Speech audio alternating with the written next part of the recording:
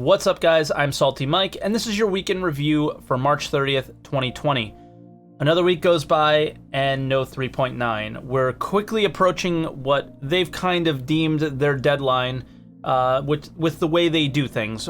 You know, the idea that Inside Star Citizen is going on its hiatus, and usually the patch is in the PTU when that happens. So getting the patch out in a public PTU, whether it's Wave 1, 2, or open, is usually what they consider the patch released for themselves.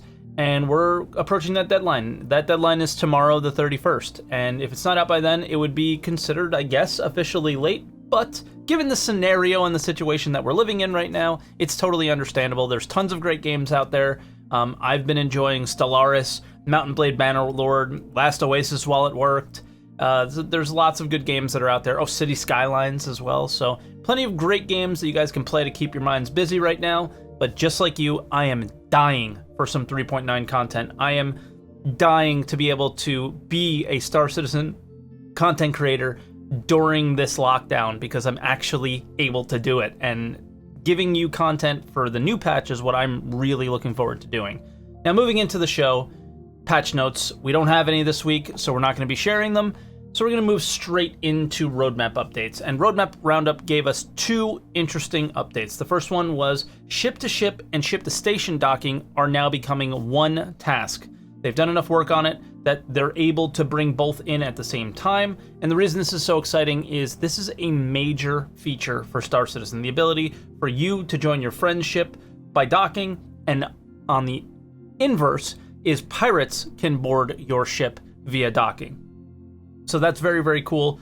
Now, I don't like to get excited for things that are 6 months away. This is on the 4.1 roadmap, and we're still waiting for 3.9. So it's hard to not get excited about this, though, because it is that big of a feature for the game. So the fact that it's making any progress at all is exciting to me, even though it's not going to be seen for quite some time. The next one is not so positive. It's the security system and tasks on the prison system, as well as some unannounced event. Maybe this has something to do with the voices on Port Olisar, who knows?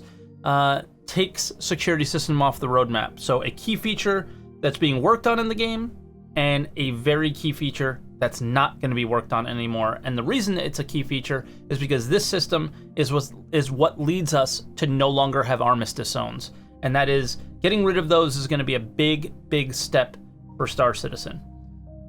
Now, moving on to video updates, we had an Inside Star Citizen this week that was pretty interesting. And they start out with a feature on the weapon attachment update. And the reason this was pretty good was because we've seen some images and a little bit of the weapon attachments, but we haven't seen them and how they work and explained how they work. And they start out with that right here. So to use the UI, you can go into a new customized interaction on the weapon. If you enter this, you should be presented with this. So you get a inspect style view of your weapon, and you can see all of the attachment points on here as well. So you've got your optics slot, your underbarrel slot, and your barrel slot as well.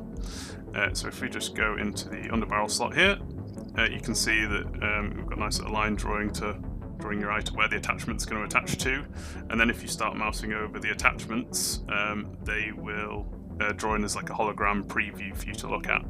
This was a very simple system, easy to understand, and makes perfect sense. It's almost like it was from another game. Crisis, anybody? What?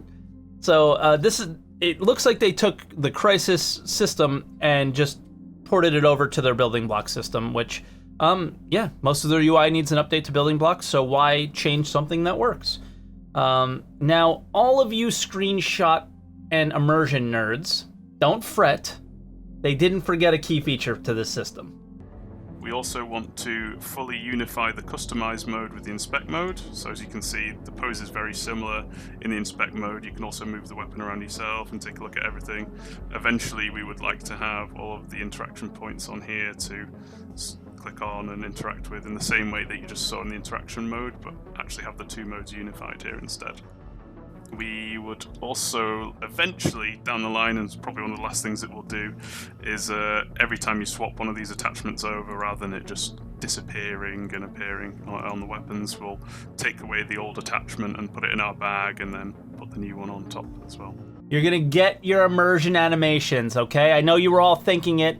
They said it. There you go. It's there for you. You're gonna get your animations when taking and putting on different attachments to your gun. The rest of the feature on Inside Star Citizen was a visual look at New Babbage. And for me personally, I hate these features. And the reason I hate them is because they never do it justice. Check it out if you want. We'll have some video playing, obviously, about over my voice at this point. But the idea is when you get in game, the scale and everything of Star Citizen just takes over you. And yeah, just make sure you guys actually take part and check out New Babbage yourselves, and don't just watch this episode and go, oh, okay, I've seen it, because you haven't. You haven't seen it until you've been in it. We also had a calling all devs this week. And jumping right into this one, the first question from the community is about the status of Gen 12 and Vulkan implementations. And they explain what this will do in this section, but I'm not going to necessarily be discussing that. I just more want to touch on this specific statement here. We don't really have a choice. This has to happen. This is the next logical step. We can't really achieve the performance or the visuals we want without taking a step first. Cool. Want to put a date on it? No? Do you? Nope. Just I figured I'd ask. All right, man. Thank you. It's our biggest focus this year. There's nothing else that we are putting anywhere near as much resources in. For the graphics team. For the graphics, oh yeah. Just the graphics and engine team, yeah. A lot of people around game development understand how important bringing this feature online is, but it really hammers home the fact that it's vital to work on now. If you think about, what is progressing this year on the technical side for Star Citizen, there's a lot of things. Persistence, server meshing, I guess you can count building blocks, the dynamic economy, jump points are all a focus at some point throughout this year. And, these are a lot of moving parts, but most of these things that we're mentioning are major pillars to bring Star Citizen to life. And a lot of these things are actually in motion now instead of just discussions, like how many times have we watched these shows and it's just talk and not actual action? And I know it's just two talking heads on Calling All Devs, but the fact that they're talking about the actions that they're taking and not the actions they plan on taking is what's very exciting for this. Now, this may not be the year for Star Citizen, but I think if we fast forward to this time next year, Star Citizen's going to look very different, and it's very nice to hear some of these things, and it gives me that continued hope that this might actually be a really enjoyable game to play sometime soon. And then we'll skip the Idris questions that kind of don't really add any value to what we already know about the Attack the Idris mission, and then we move on to basically the most polarizing question this week, which is, will there be deeper multi-crew gameplay planned? Yeah, absolutely. Deeper multi-crew gameplay has been planned for, I guess, since the beginning, right? Some interest has been kind of picking up on it recently. We've had some discussions with CR to kind of refine how we're going to go about things. We've been looking into building this permission system for ships where the captain can assign item control to specific people in the ship, so he can, give the engineer the role to control the power plant and the coolers, and a weapons officer the ability to control weapons, that sort of thing, right? I think the obvious answer is yes, obviously, but the permissions thing seems really cool, and, giving out roles to people might actually be fun to play. And I think what the question they were asking is here, and they get a little deeper into the subject. And the hope is that over time, as we add more and more depth of sort of systems gameplay inside the ships, that combined with the permission system will be conducive to more and more deep multi-crew gameplay. Because right now, I think all of the ship control pretty much gets funneled to the pilot, and that's kind of the issue that we want to solve in the near term. And then we'll continue adding depth to make the multi-crew experience more interesting as we keep going, right? This is a very clear and easy goal to understand, but this is one of those talk and action scenarios again. This is one of those scenarios where they're doing a lot of talk, but there's no action getting this actually implemented into the game that they shared with us on the show so far. So when we see these things on the roadmap and some of this stuff actively being worked on and not just something to fill in calling all devs, then I'll get a little bit more excited about this. But their design seems to make sense to me. Let me know in the comments what you guys think about it. And then we do need an example, I guess, of what they're actually thinking about doing, and they kind of share that here with the engineer and the scanning roles. It needs to feel natural. It needs to feel like this is the obvious thing for that player to do. So take engineer, for example. The way an engineer might go about things is, if we increase the sort of interaction inside ships, if you have maybe we have like life support inside the ship is failing and you've run out of oxygen or something like that, the engineer might have to walk over to a panel that has an oxygen bottle. They have to open the panel, go inside, get this oxygen bottle out, do some actions to repair it. I'm not exactly sure how they'll work. We haven't fleshed that out quite yet.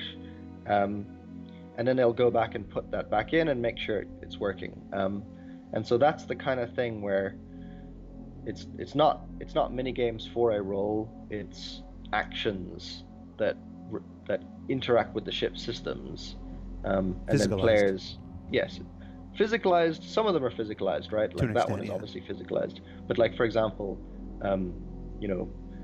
scanning for stuff is probably not physicalized. It's going to be something where you're at a scanning station with like a globe that shows you nearby contacts on the radar, and that sort of thing. It'll depend a little bit on what the feature is as to how it'll manifest in the ship, but obviously we want some kind of variety. Now that was a very long clip, I apologize, but I thought it was really important for all of us to understand some of the examples that they have and what they may be thinking. And I like these ideas and I like these examples because they're focused on the action of the player and not necessarily like these mini games and things like that. Now moving on, we had quite a few additional updates this week. So for other updates, we had Star Citizen funding reaching a new high at $275 million. That's on the actual RSI website. We obviously know that there's been some additional investments. Speaking of that, there was another round of investments. So the Calder family exercised an option that was never mentioned in the initial newsletter about the fact that they had an investor. So I went back and looked at it. It's not there. And it was an additional option to spend $17.5 million to purchase future shares of the company, and at the same price that they paid in 2018. So if my math's correct, they had 10% for $47 million in 2018. So 17.5 is approximately 3.3% or something like that. It's just above 3%. And CR's still in control, so nothing's changed as far as the board. And for me, I see this as a glass half full situation. I doubt the Calders would invest if they didn't like the progress on the product they'd invested in 2018. On top of that, I think they also may see the fact that we, the backers, are investing in the company even more. I think we've had record sales every single month since December, maybe even before then. And they may see that the value that they're getting on their dollar now might be worth more because of how much we feel the product is worth. So I don't see any real negatives here. Nothing's really changing for the power struggle at all, and we'll just have to see what happens. If you understand investment a little bit more than I do and have some doomsday scenario that you might be thinking about, feel free to leave it in the comments below, but I can't really see any negative to this. And then we had a little post about VR in Star Citizen. It's obviously still planned for right now. It's some of what looks like more basic head tracking stuff when in your ship. And more in-depth stuff will happen later as VR develops in the future, if it does well enough. And then the last one that we'll be talking about today is a mission stats post. And if you guys want to check that out yourself, it's pretty cool. They just, kind of give some stats on all the missions that we've done in-game over the last little period of time. Now with that, guys, that will do this week in review. Thank you so much for watching this week. I really do appreciate it. Leave a like, leave a comment if you enjoyed this. Let me know what you guys think, and hit subscribe for more weeks in review in the future. And I'll see you guys next week.